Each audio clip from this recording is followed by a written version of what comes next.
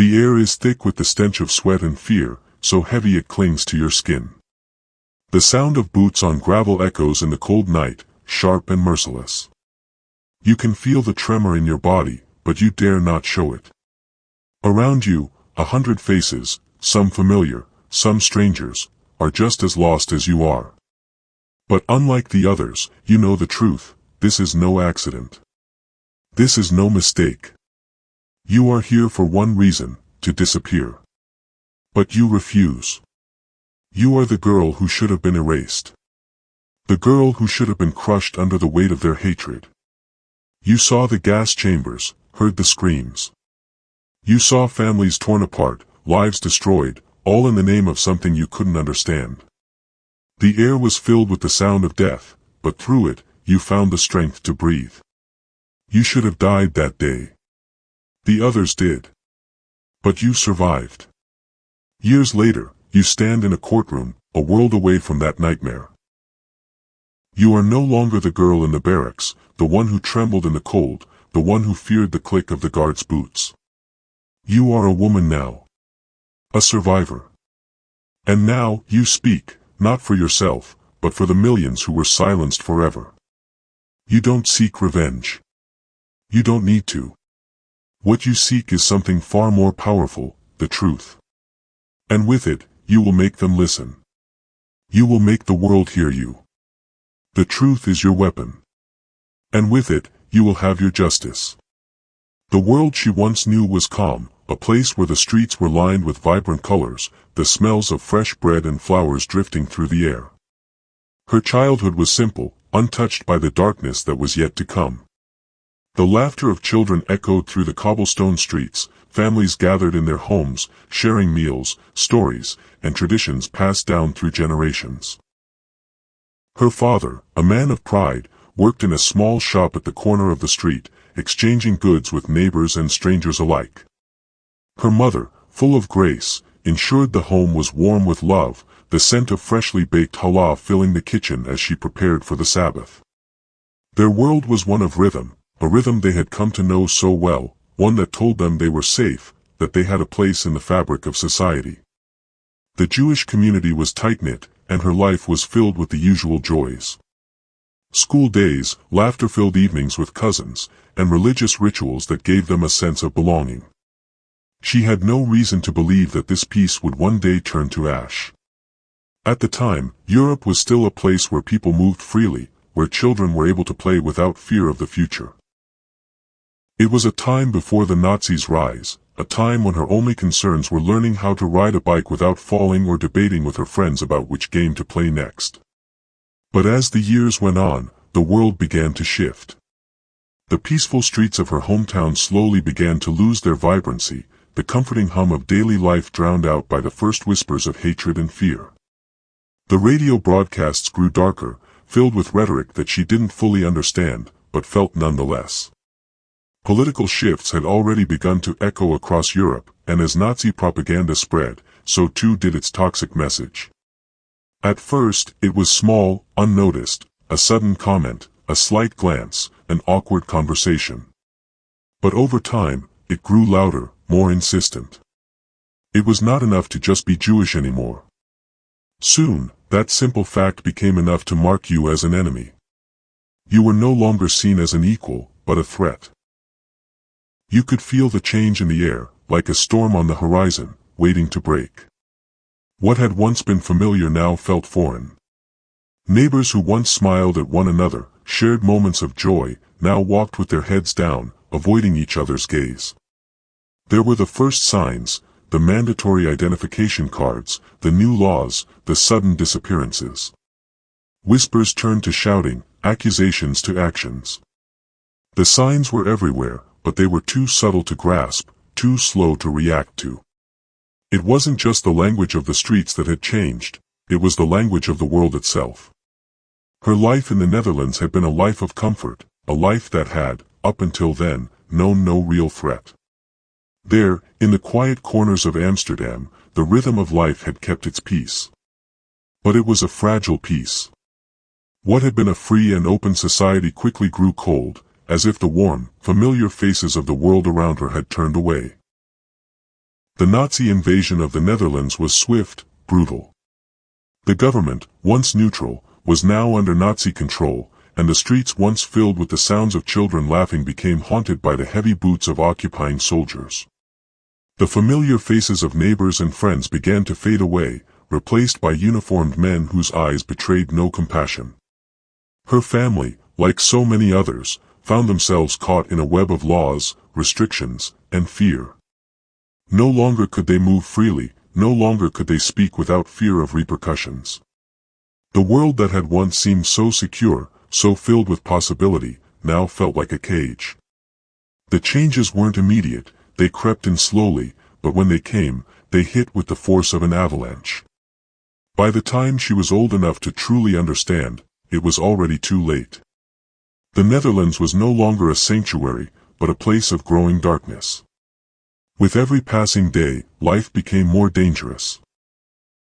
The promises of protection that had once been offered now seemed hollow, empty. They had been told to fear nothing, to trust in the safety of their homeland. But that trust, like so much else, had been shattered. The creeping grip of Nazi ideology had found its way to every corner of Europe, seeping into governments, schools, and homes. Her family's once peaceful existence was torn apart. The rising tide of anti-Semitism didn't just affect her, it affected everyone around her. Friends turned to strangers, and strangers turned to enemies. The world, it seemed, had forgotten them, or worse, had chosen to pretend that nothing was happening. The horrors that had begun to unfold in other countries were now closing in. It wasn't long before the first raids came, families were torn apart, and the world's indifference turned into complicity. Imagine growing up in this world, where everything you know and love is torn from you overnight. Does that not break your heart? If this resonates with you, why haven't you subscribed yet? Let us know in the comments why you're hesitating. The shift in Europe was subtle at first. A whisper here, a comment there. But soon, those whispers turned into roars, and those casual remarks turned into laws. In 1933, Hitler was appointed Chancellor of Germany, and it was as if the world held its breath. In the beginning, it wasn't clear what would happen. It felt like an uncomfortable political shift, nothing more. But within months, the Nazi regime began to make their true intentions known. Anti-Semitic laws didn't come all at once, they crept in, slowly but steadily. First, it was the boycotting of Jewish businesses, then the dismissal of Jews from civil service positions. In the blink of an eye, Jewish families who had lived in Germany for generations found themselves branded as outsiders. The rest of Europe watched in silence, some pretending not to see, some unable to act. The situation in Austria was the first indication of just how bad things were about to get. In March 1938, Austria was annexed by Nazi Germany, a move that shocked the world. The streets that once felt safe for Jews, full of the hum of everyday life, suddenly became deadly. Synagogues were burned, Jewish-owned businesses destroyed, and countless families were arrested and sent away. The world was waking up, but it was already too late for many. Meanwhile, in Poland, home to the largest Jewish population in Europe, life became a waking nightmare. Over 3 million Jews lived in Poland, most of them unaware of the storm brewing just across the border. Nazi ideology began to take root, and what had once been an accepting and diverse society was suddenly divided. At first, people didn't understand the gravity of what was happening. Life still felt ordinary, as though there might be a peaceful resolution. But that would soon change. The Nazis' hatred began to spread like poison, leaving nothing untouched. The girl's family, living in the Netherlands at the time, had watched with growing anxiety as the grip of the Nazis tightened across Europe. The country had always seemed safe, at least for now. But how long could that last? They could see the storm on the horizon, and the question of whether to leave or stay became their greatest dilemma. To leave would mean abandoning everything they knew, their home, their friends, the only life they had ever known. But to stay meant facing the unknown, living under a regime that no longer recognized their humanity. They weighed the decision for weeks, the uncertainty weighing heavily on their hearts. Her father, strong and proud, wanted to believe the situation would improve. He had grown up in a country that valued neutrality, and he couldn't bring himself to imagine that this storm would hit them too. But as the months passed and the rumors became more than just whispers, the family realized that staying could mean certain death. They needed to make a choice, leave or stay, and either way, it would cost them something. Her mother, ever practical, wanted to leave, but there was no guarantee they would find a safe place. The world was closing its doors. Countries like the United States and Great Britain had already begun restricting immigration, and many other European nations had their own problems to deal with. But where could they go? There was no escape from the evil that was sweeping across the continent. In the end, they chose to stay.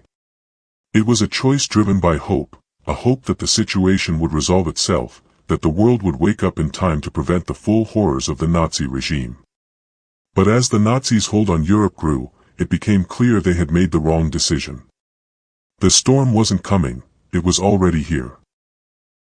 And when the knock on their door came, it was too late to change course. Could you leave everything behind to escape the horrors you know are coming?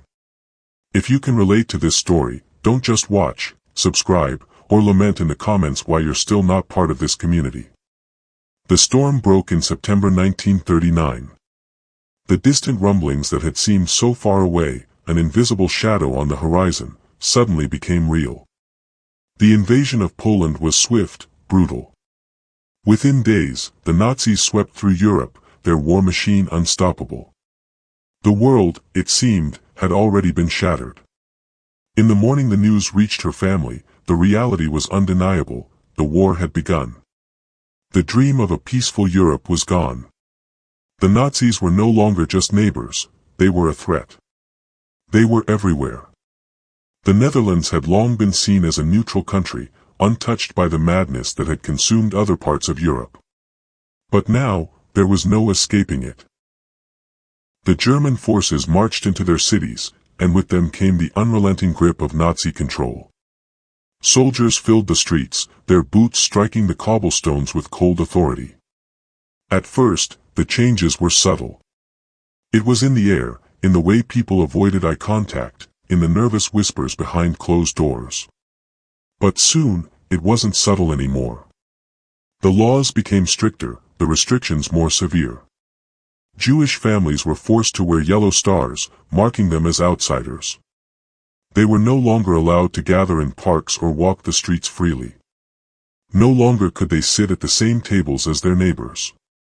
The world was becoming a place they could no longer recognize, their daily lives warped by a shadow they couldn't escape. Her family, once proud and secure, felt the walls close in. The world that had once been familiar now seemed like a prison.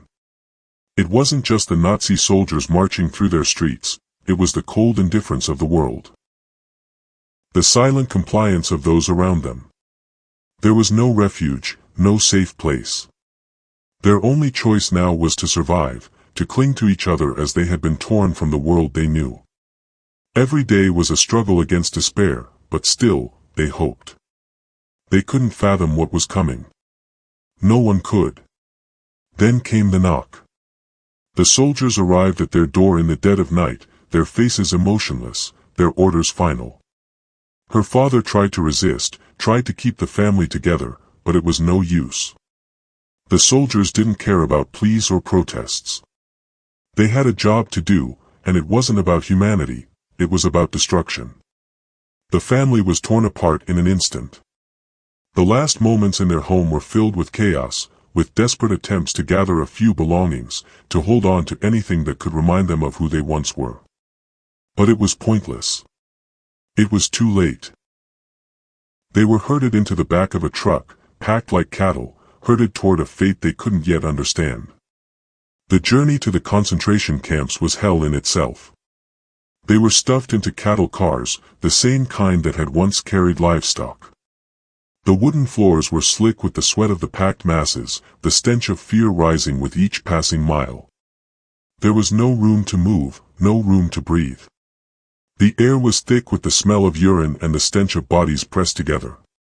The heat was unbearable, and the cold, just as cruel. The children cried, the elderly trembled, and all around her, she could feel the weight of hopelessness taking over.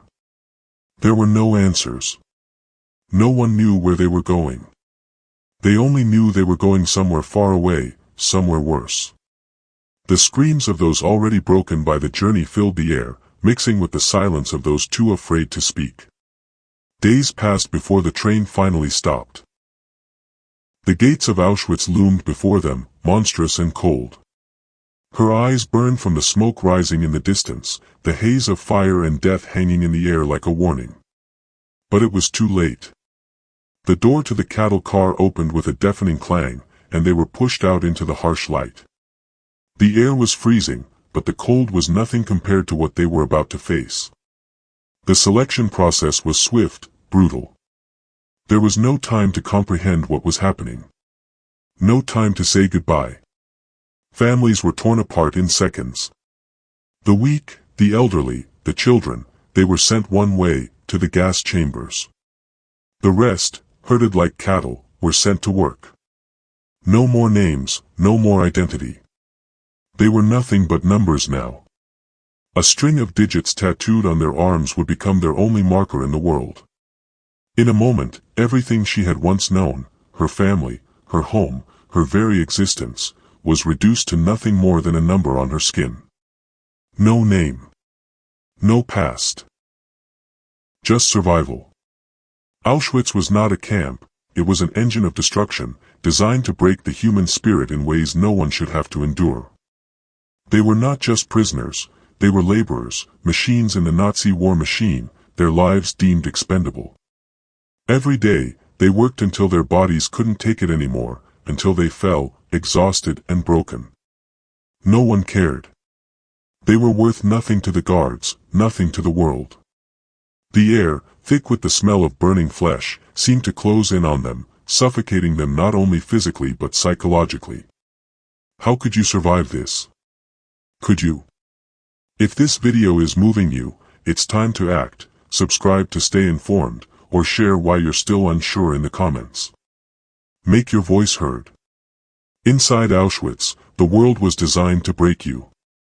The days were endless, marked only by the sound of boots on gravel and the crackling of a loudspeaker. Each day, you woke not from sleep, but from a nightmare, one that never ended. Your body screamed for rest, for food, for warmth. But there was none. You learned that survival was not a matter of feeding your hunger, but of keeping your mind sharp enough to stay alive. The barracks were overcrowded, filled with bodies pressed too close together to move, to breathe. The cold seeped into your bones, a constant companion that never let go. The stench of human waste, sweat, and fear clung to the air.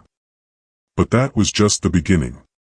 Every morning, the SS guards marched you out to the work sites. There were no words, just orders shouted in German, the sound of whips cracking through the air. You could feel the eyes of the guards on your every move, watching for any sign of weakness. Each day was a battle. A battle for food. A battle for space. A battle to remain human when everything around you was designed to strip that away. The forced labor was relentless. You dug ditches, carried rocks, and worked in factories owned by Nazi businesses. The work was exhausting. Your body ached in places you didn't know could hurt. The only way to survive was to keep moving, to ignore the pain, to push yourself until your body no longer responded. But there were no breaks. No rest. No compassion. And hunger. It was the kind of hunger that gnawed at you until it felt like your body was eating itself. You were given a piece of bread, sometimes stale, sometimes moldy. And water? Only if you were lucky. Every meal was a reminder that the Nazis had designed this place not just to kill your body, but to break your spirit. To make you forget what it felt like to be human. But there were moments. Small acts of kindness between prisoners, stolen moments of humanity. A shared piece of bread, a whispered prayer, a hand reached out when you thought you couldn't go on. These moments didn't change the horror, they didn't make the pain go away. But they reminded you that you weren't alone. That even in a place designed to erase you, you could still hold on to something. Something human. The mental toll was just as severe as the physical. Each day, the threat of death loomed over you. Sometimes it came in the form of a selection, where the SS would walk through the barracks, looking for those who were too weak to work. They didn't look at you as a person, they looked at you as an asset. If you were too sick, too tired, too weak, you were discarded. No questions. No mercy. Those who were chosen were sent to the gas chambers, their fate sealed with a flick of the wrist. The psychological toll of that constant threat was unbearable. You learned to look for signs, to read the guards' faces, to figure out who was in charge that day. You learned to hide your weakness, to mask your fear, because to show either meant death. But you also learned to survive in ways you never thought possible. It wasn't about being the strongest or the fastest, it was about holding on to whatever part of you remained untouched. Whatever piece of your soul that hadn't yet been crushed. You didn't just fight for survival, you fought to remain human. You fought to keep your identity, your name, your dignity. You fought to remember the world outside the fences, the world before this nightmare had begun. Every day was an act of resistance, even if it didn't seem like it. To survive another day, to look another person in the eye and still see the reflection of humanity, that was an act of defiance. Surviving Auschwitz is beyond comprehension. If you're still with us, it's because this story is haunting you. Don't let this be a passing thought, subscribe now or tell us why you refuse to join this journey in the comments. The moment of liberation was nothing like she had imagined.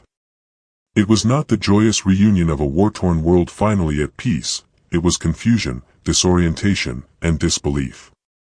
The gates of Auschwitz. For years, she had lived under the shadow of death, never knowing if she would see the next day. Now, with the arrival of the Allied forces, the Nazis were finally defeated, but the victory felt hollow. The soldiers who arrived were strangers, their faces unfamiliar, their language foreign. The people who had once been prisoners, now free, were too weak to fully comprehend what had happened. They stumbled out of the camp, unsure whether they were stepping into salvation or another trap. The stench of the camp, the odor of death and decay, lingered in the air long after the soldiers moved through. The survivors could hardly believe they were free. They had been given a second chance, but it didn't feel like a gift. It felt like a mockery. How could they be free when everything they had known was gone? When so many they loved had been murdered, their lives erased without so much as a trace.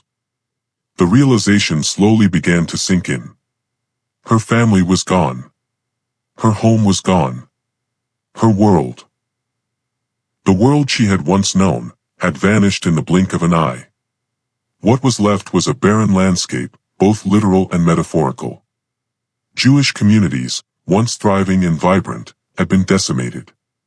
Whole families, neighborhoods, and towns had been wiped out. The survivors who made it out of the camps were scattered, lost, and displaced.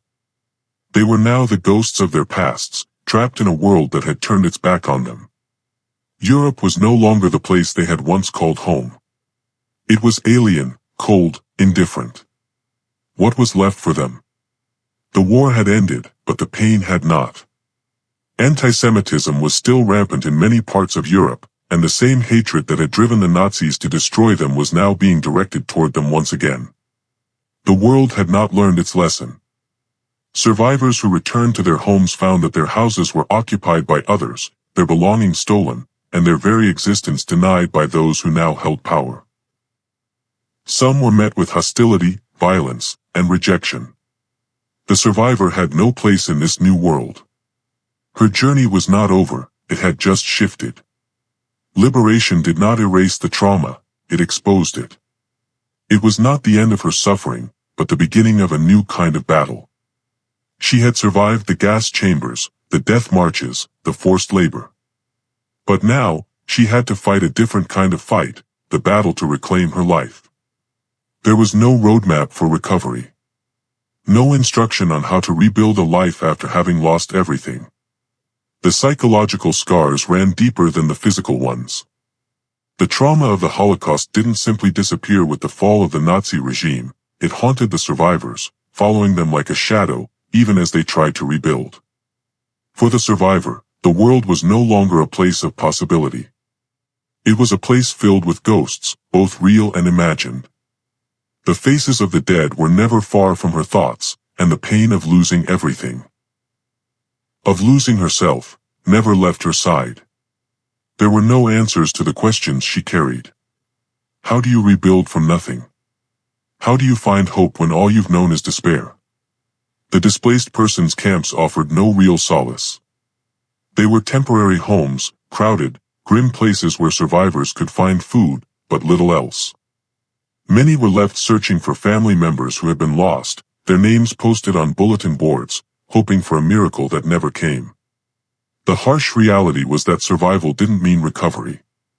The war had ended, but the healing had yet to begin. The trauma was buried deep, woven into every fiber of her being. The scars on her body would fade with time, but the scars on her soul, they would never heal. Could you start over after everything was taken from you? If you find this survival story inspiring, hit that subscribe button, or share your reasons for not doing so in the comments below. This is your chance to reflect. The war had ended, but the fight for justice was only beginning. For years, she had kept silent, buried the memories so deep they seemed like shadows, too painful to confront. But the pain was never gone, it never really left. It lingered beneath the surface, waiting for the right moment to rise. That moment came when she found her voice. The world, for too long, had refused to listen. Survivors like her had been cast aside, expected to move on, to forget the atrocities they had witnessed. But she refused. She would not remain silent. She stepped forward, now a woman hardened by the years of trauma and loss, and spoke the truth. The truth that had been buried in the darkness of Auschwitz, in the silence of the camp, in the broken remnants of her soul. She was ready now.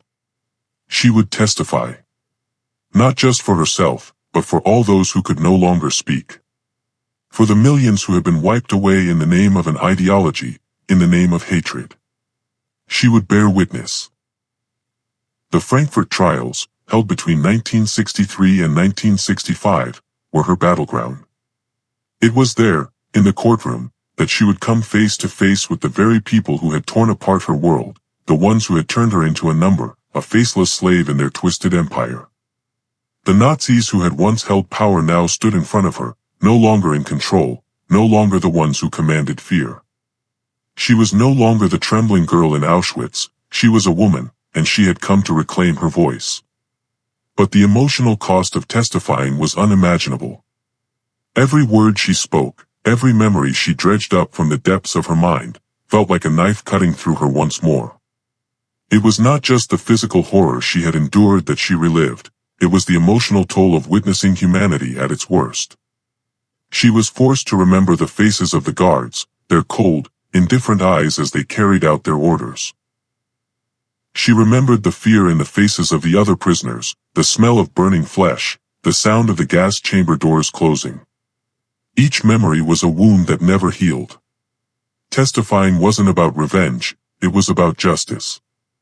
It was about holding those responsible accountable, even if the justice came too late. It was about speaking for the millions who had no voice left, those who had been erased by the Nazi systematic machine of death. She wasn't seeking vengeance, she was demanding that the world face the truth of what had happened. Her testimony was a weapon more powerful than any physical blow. It was the truth. And the truth could no longer be ignored. But seeking justice was not simple. For every step forward, there were 10 steps back. Survivors like her faced legal and social barriers that seemed insurmountable. The trials were a struggle not just against the criminals but against the indifference of the world. Many were reluctant to confront the horrors of the past, eager to move on, to forget. The world wanted to rebuild, to put the war behind them. The political and social climate was not ready for the truth. Survivors were often seen as victims too broken to have a voice in the new world that was rising from the ashes of war. It was an exhausting fight, and at times, it seemed hopeless. The legal obstacles were even more daunting. Many of the Nazi war criminals had gone into hiding, slipping through the cracks of history. Some had assumed new identities, blended back into society, their pasts erased, their crimes forgotten. Others had escaped to South America, where they were sheltered by networks of sympathizers. The fight to bring them to justice was a long, drawn-out process, filled with setbacks and failures. But the survivors, like her, never gave up. They fought for the memory of their lost families, their lost communities. They fought for the truth to be heard, no matter how long it took. What would you do in her shoes? Would you stand for justice or stay silent? Subscribe if you believe justice must be served, or let us know why you hesitate to take that step in the comments. For years after the war, she carried the weight of the past with her.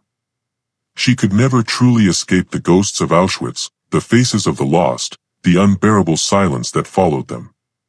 But as the years passed, something inside her began to shift. The trauma, the scars, the weight of what she had endured, they became something else, something she could no longer bury or hide. She made a choice. A choice to speak, to teach, to ensure that the horrors of the Holocaust would never fade into obscurity. Her story, her testimony, became part of a global effort to educate the world, to ensure that the crimes of the Nazis would never be forgotten, and that the lies of denial would never take root. She joined countless others in the effort to preserve history, to make sure that future generations would never again live in ignorance of the atrocities that had taken place. Her voice, once silenced by fear, now echoed in classrooms, museums, and memorials. She told her story not for herself, but for the millions who could not tell their own. And in doing so, she became the last link between the world that was and the world that is. Holocaust education was not just about facts and dates. It was about memory. It was about remembering those who had been lost and refusing to let their names fade from history. Survivors like her became the moral and historical compass for future generations, teaching not only about the past, but about the present. Their voices reminded the world of the dangers of hatred, of unchecked power, and of the capacity for cruelty that lies within us all. Her story wasn't just taught in history books, it was etched into the very fabric of society. The creation of museums, memorials, and archives became an essential part of this global effort. Institutions like the United States Holocaust Memorial Museum, Yad Vashem in Israel, and countless others around the world owe their existence to the survivors who fought tirelessly to ensure that history would not be forgotten. These places became not just sites of remembrance, but of education, a way for people to confront the past and learn from it. But as the years wore on, the survivors who could testify to the horrors of Auschwitz grew fewer. The living memory of the camps began to fade, leaving only the legacy they had created behind. It was in this moment that the survivor-turned-educator stepped into a new role. She didn't just teach, she inspired. She spoke to students, to young minds who could barely comprehend the weight of her words. She spoke to the world through documentaries, publications, and interviews, ensuring that the truth would continue to resonate, even after she was gone. Her final years were spent in quiet dedication. She continued to share her story, not as a survivor, but as a keeper of history. Her work was not about glory or recognition. It was about the duty to remember, to ensure that the past would never be repeated. She found a kind of peace in this. Perhaps it was a peace born of knowing that, through her, the voices of the lost could still be heard, their stories still carried in the hearts of those willing to listen. You've witnessed history today. Will you remember? Subscribe now to be part of the effort to educate others, or if you won't, share in the comments why you're choosing silence. Her legacy endures as a voice of resistance, as a symbol of resilience. In the face of unimaginable suffering, she stood tall. She fought not just for her survival, but for justice, for truth, for the dignity of those who had been erased. And in doing so, she became a beacon, a living testament to the strength of the human spirit. Her commitment to never forget, to never allow the world to ignore the lessons of the past, will continue to impact future generations. The fight for justice may have been long, but it is one that will echo for as long as there are those willing to listen. Her story is not just one of survival. It is a story of transformation, of turning pain into purpose, of using the darkness to light the way for others. It is a story that demands remembrance. It is a story that demands action. The history we've shared today is a reminder of our duty to preserve truth. If you haven't subscribed yet, think about this. Are you part of history's future, or will you let these stories fade? Let us know in the comments if you're willing to make a difference. Grim Histories is where we keep the past alive. If you've stayed this long, you owe it to yourself to stay with us. Hit subscribe and become part of this mission, or share why you haven't in the comments.